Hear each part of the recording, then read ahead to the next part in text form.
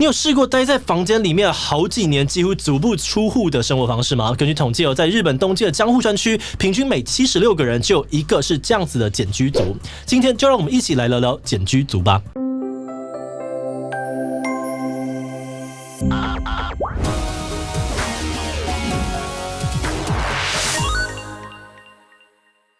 Hello， 大家好，我是志奇。刚刚说到日本的那个统计是来自今年6月日本政府公布的一项调查报告，在那个报告当中提到，东京江户川区的70万人口里面有超过8000位的简居在家的人，而这些简居族当中呢，有1/4的人足不出户的时间竟然已经超过10年了。其实这个简居族的现象并不只有出现在日本，在世界各大城市当中都有一些长期躲在家里，像被困在茧里面的人，而且人数可能越来越多。简居族到底是什么？又为什么会发生这样的现象呢？在开始今天的影片之前，按照惯例，我们还是先来一段工商服务时间。走中奖迈入第4届了，随着规模跟影响力都越来越大，走中奖也力求更好的活动品质。这次我们与健保的 Enroll 合作，设计了一系列的周边商品，希望能够让每一个支持我们的你一起记得2022走中奖的每个精彩瞬间跟回忆。除了黑色与白色的铃铛厅、黑色的走中 T 之外呢，也还有包含了渔夫帽、徽章组、明信片组的限定礼包。此外，为了感谢你的大力支持，我们也会附上1张入场票券，邀请你来到现场一起见证每个创作者的重要时刻。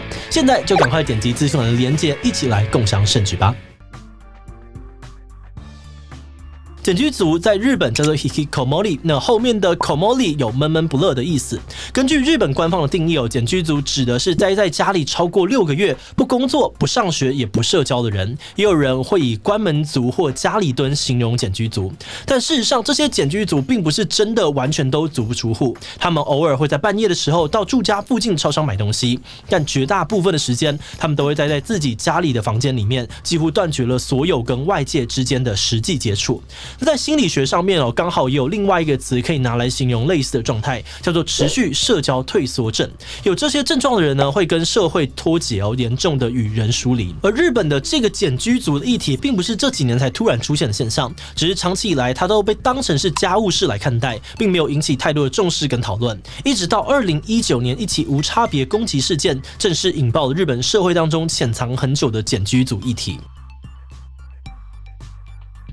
2019年5月28日，在神奈川川崎县这个地方，有一个51岁的男子在公车站随机刺伤了2位成人以及17位小学生之后自杀，而包含凶手在内，这个事件一共造成了3人死亡、17人受伤。而事后，警察询问了跟犯人同住的伯父伯母，他们说这个人平常呢都待在房间里面，连吃饭还有洗澡之类的，也都会避免跟家人碰面。所以虽然他们住在同一栋房子里面，却已经好多年没有见过他了。那在川崎杀伤事件的4天之后，又出现了另外一起悲剧。一位退休的政府官员杀死了自己的儿子。这位老父亲向警局自首时说，儿子平常在家已经简居多年，而且有暴力行为，因为担心他会像川崎事件的凶手一样，成为社会的未爆弹，所以自己才痛下杀手。当时的社会舆论几乎一面倒同情这位老父亲，有许多的父母也开始向社会局求救，说自己的家里面呢也有无业、未婚、几乎不出门、令人担心的孩子。虽然应该不至于有伤人的动作，但还是很希望政府可以帮助他们。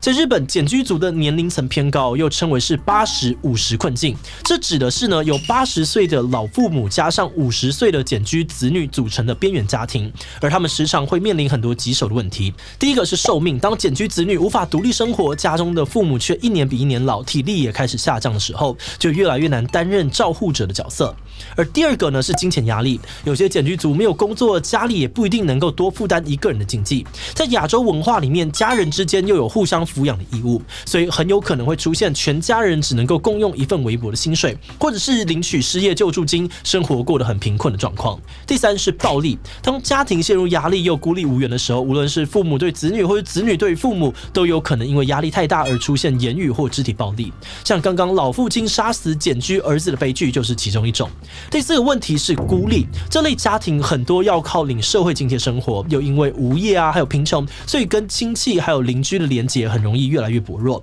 最后就形成孤立无援也难以向外界求助的恶性循环。除了日本以外，其实世界各地都有类似检居族的问题哦。不过，如果以台湾、香港或者韩国的状况来看，检居族的年龄层通常比较多都是年轻人，而且经常跟网络成瘾症一起出现。他们第一次成为检居族的年龄平均呢，大概是19岁左右，多半是男性。检居的时间可能是1年到4年。比较常见的情况可能是青少年在学校遇到了霸凌或是不同类型的挫折之后，开始拒绝上学。但这个阶段的年轻人还是会有社交被认同的需求，与其出门进行麻烦的实体社交，他们可能会改成透过网络，所以渐渐的就会开始出现检居的倾向。不过实际上并不是只有年轻人会成为检居族，在不同的国家里面还是有很多中年检居族的例子。但不管是中年或是年轻人，大部分的检居族都出现在人口比较密集的城市当中，这又是为什么呢？一个人会成为检居族的原因非常的复杂哦，这边我们简单的从个人、家庭以及社会3个面向来讨论。在个人的方面，每个人的挫折忍受力都不太一样，求职失败、恋爱不顺利、亲友过世或生了一场大病，都有可能给人带来不同程度的打击，影响一个人的生活模式。看似活泼、很融入社会的人，也有可能会在一次挫折之后变得害怕人群。尤其在这2年，疫情给很多人的生活带来了非常大的改变，可能是失业，可能是失去亲人，也可能是习惯待在家，都有可能让人渐渐的变得越来越检居。而家庭的部分，现在这个时代，家庭成员普遍越来越少，但人数变少，关系不一定就会比较亲密。有的时候回到家，很多的委屈啊，或是痛苦，不一定能够跟家人倾诉，所以待在家里反而越来越孤独。要是关系不好，甚至有可能干脆就窝在房间里面，减少跟家人接触的机会。而至于社会的层面，在城市的生活当中，每天工作、上学的竞争压力都很激烈，人与人之间容易出现一种疏离感。如果不擅长社交的人，可能就干脆躲在家里。那以日本社会来说，日本文化非常讲求礼貌跟规矩，在职场啊，还有公众场合也都有许多潜规则。不适应这些规则的人，更容易觉得自己被社会排斥。同时，日本文化呢也非常担心麻烦别人，所以更容易让弱势的人选择把自己孤立起来。看到这里，有些人可能会问哦，如果自己的家里或是自己的朋友，甚至自己就是检居族，我们可以做什么呢？首先，我们可以先放下对他们的评价，试着了解他们的心情跟想法。虽然我们刚刚说到检居族或是有检居族的家庭，常常会面临很多的困境，但如果大家都带着你有问题或你需要帮助的前提在看待对方，反而有可能把彼此的距离越推越远。毕竟，并不是所有的检居族都一定有遇到那些困境，有些人可能也不觉得自己需要任何的协助。那当然，以亲友的立场，一般可能都还是会很希望可以跟对方产生更多实际的连接。所以这边的第一步呢，同样还是倾听，因为光是这样的陪伴，就有可能有机会帮助他们重新喜欢跟人产生连接。而大部分的检居族原本都是过着很正常的生活，也有自己的朋友跟工作能力，只是因为不同的原因才暂时成为检居的状态。或许我们每个人的生命里面，也难免会有一段时间会想要自己检居在家。而日本的社会学家川北忍也曾经提出过一个复原的概念。他们认为检居议题不只是解决当事人的问题而已，而是要让他的家庭以及整个社会都回归到适合人生活的状态。概念上面来说呢，就是以整个社会的层面去支援检居家庭，比如社工访视啊、心理咨商、就业辅导等等，一步一步让检居者可以重新思考适合自己的生活方式，并协助他能够独立生活，建立更多的人际连结。在进入观念以前呢，我们要先特别感谢志祺77的所有会员哦，因为有了大家的支持跟赞助，我们才能够持续的运作这个频道，让重要的议题被更多人看见，真的是非常的谢谢大家。那如果你愿意支持我们走得更远，欢迎点击频道主页的加入按钮，成为我们的会员，或者也可以用超级感谢小额支持我们。